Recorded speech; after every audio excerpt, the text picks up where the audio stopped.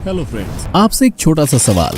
आप कितने दिनों तक बंद कमरे में अकेले बिना किसी इंसानी संपर्क के रह पाएंगे? 2 दिन, 1 हफ्ता, 2 महीना या 1 साल? चाहे आप जितना भी समय अकेले बिता लें, लेकिन कुछ टाइम के बाद आप जरूर बोर हो जाएंगे और आप आपके अपनों को मिस करने लगेंगे। फिर भी हमारे बीच कुछ ऐसे लोग जरूर हैं जिनको अकेला रहना अच्छा लगता है, लेकिन आज वो लोग भी यहाँ हैरान होने वाले हैं, क्योंकि आज हम जिस जगह के बारे में बात करने जा रहे हैं वहाँ की सभ्यता बाहर की दुनिया से तकरीबन 60,000 सालों से छिपी हुई है। जी हाँ, आपने सही सुना, पूरे 60,000 साल बिना किसी वैज्ञानिक या टेक्नोलॉजिकल डेवलपमेंट के। बस इतना ही नहीं दोस्तों, साइंटिस्ट और रिसर्चर्स का ये भी मानना है कि शायद उस खुफिया सी जगह में रहने वाले लोग अभी तक आग के बारे में भी नहीं जानते हैं। ये काफी दिमाग बौखला देने वाली बात है। मुझे पता है आपके मन में भी करोड़ों सवाल उठ रहे होंगे। अगर आपको और जानना है इस जगह के बारे में तो बने रहिए मेरे साथ इस वीडियो के एंड तक। सन 1771 में ब्रिटिश सर्वेयर जॉन रिची एक दिन बे ऑफ बंगाल के बीच अपने समुद्री जहाज में भ्रमण कर रहे थे।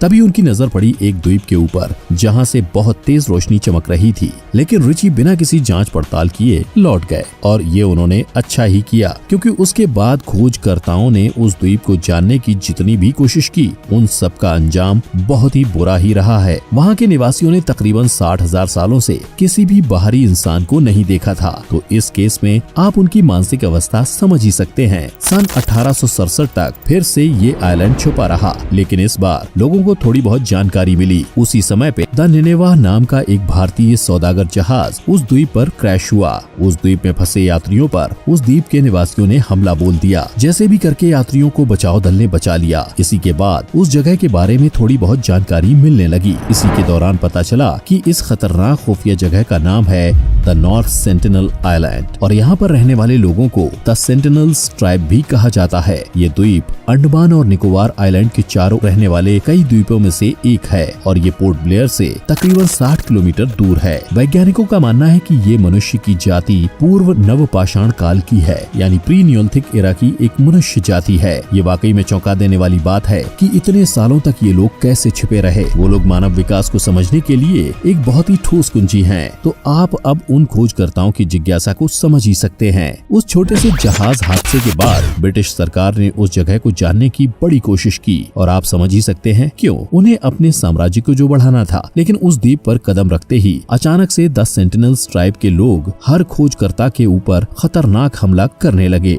आपको लग रहा होगा कि आखिर क्यों, उन्हें बाहरी संपर्क से इतनी दिक्कत क्यों है। दरअसल बात यह है कि द नॉर्थ सेंटिनल आइलैंड पर रहने वाले लोग बहुत ही पुरातन काल से इस पृथ्वी पर हैं, और तो और ये भी माना जाता है कि वर्तमान पीढ़ी के पूर्वजों ने 60,000 साल पहले छोड़ के इस द्वीप पर बसना पसंद किया था। तभी से वो जनजाति दुनिया के नजरों से छुप गई। अब इतने सालों तक बिना किसी इंसानी संपर्क के रहने के कारण वो लोग किसी भी नए इंसान को खतरे की तरह देखेंगे कि नहीं, आप ही बताइए। अगर आपने 2003 की फेमस मूवी जजंत्रम मवंत्रम देखी होगी, तब आपको ये बात बहुत ही अच्छी तरह से समझ आएगी। द नॉर्थ सेंटिनल ट्राइब की इसी शत्रुतापूर्ण प्रकृति की वजह से ही ये लोग आज तक किसी भी देश के शासन में नहीं आए हैं। भले ही इस द्वीप की जिम्मेदारी भारत पर आती हो, लेकिन ये भारत द्वारा शासित नहीं है। लेकिन असली सवाल ये है कि क्या इन लोगों को हमसे डरना चाहिए? हम तो बस उनकी मदद करना चाहते हैं। इसका सवाल मैं आपको हादसे के साथ देना चाहूंगा। आपको याद ही होगा जॉन रिची के बारे में, जिनके बारे में हम पहले बात कर रहे थे।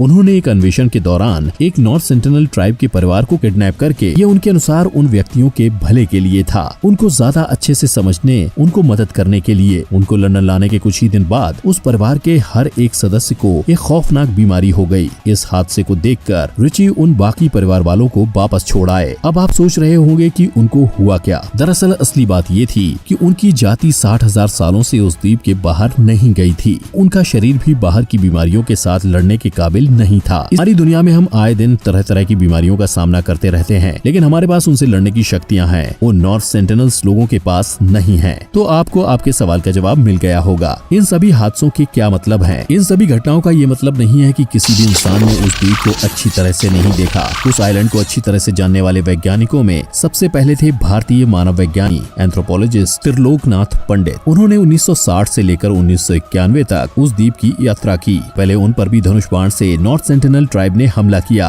लेकिन बाद में पंडित ने वहाँ कई दोस्त भी बना लिए। 1991 के बाद भारतीय सरकार को लगा कि अगर नॉर्थ सेंटिनल लोग बाहर के इंसानों के संपर्क में आते हैं तब उनकी पूरी जाति लुप्त हो सकती है बाहरी बीमारी की वजह से। इसीलिए सरकार ने उस द्वीप पर जाने पर प्रतिबंध लगा दिया और साथ ही उस द्वीप के चारों ओर एक 3 माइल एक्सक्लूजन रेडियस भी है। इसका मतलब है कि उस द्वीप के 3 मील के आसपास कोई भी नहीं जा सकता और ये एकदम सही निर्णय था भारत सरकार का। इससे नॉर्थ सेंटिनल्स जनजाति बची रहेगी। और आप खुद ही सोचिए, अगर आपके घर में कोई बिना बुलाए घुस जाए तो आपको अच्छा लगेगा? नहीं ना? तो उनको भी अकेले शांति में रहने के लिए छोड़ देना चाहिए। वो लोग इतने सालों से अपने बलबूते पर जीते आ रहे हैं, तो अभी हम उनकी क्या मदद कर सकते हैं? कुछ नहीं, बस हमें दूर से ही उनकी संस्कृति और समाज को देखकर सीख लेनी चाहिए। तो दोस्तों, आज के वीडियो के लिए बस इतना ही। हमारे साथ अंत तक बने रहने के लिए आपका शुक्रिया। मिलते हैं अगली वीडियो में, तब तक के लिए बाय बाय, टेक केयर।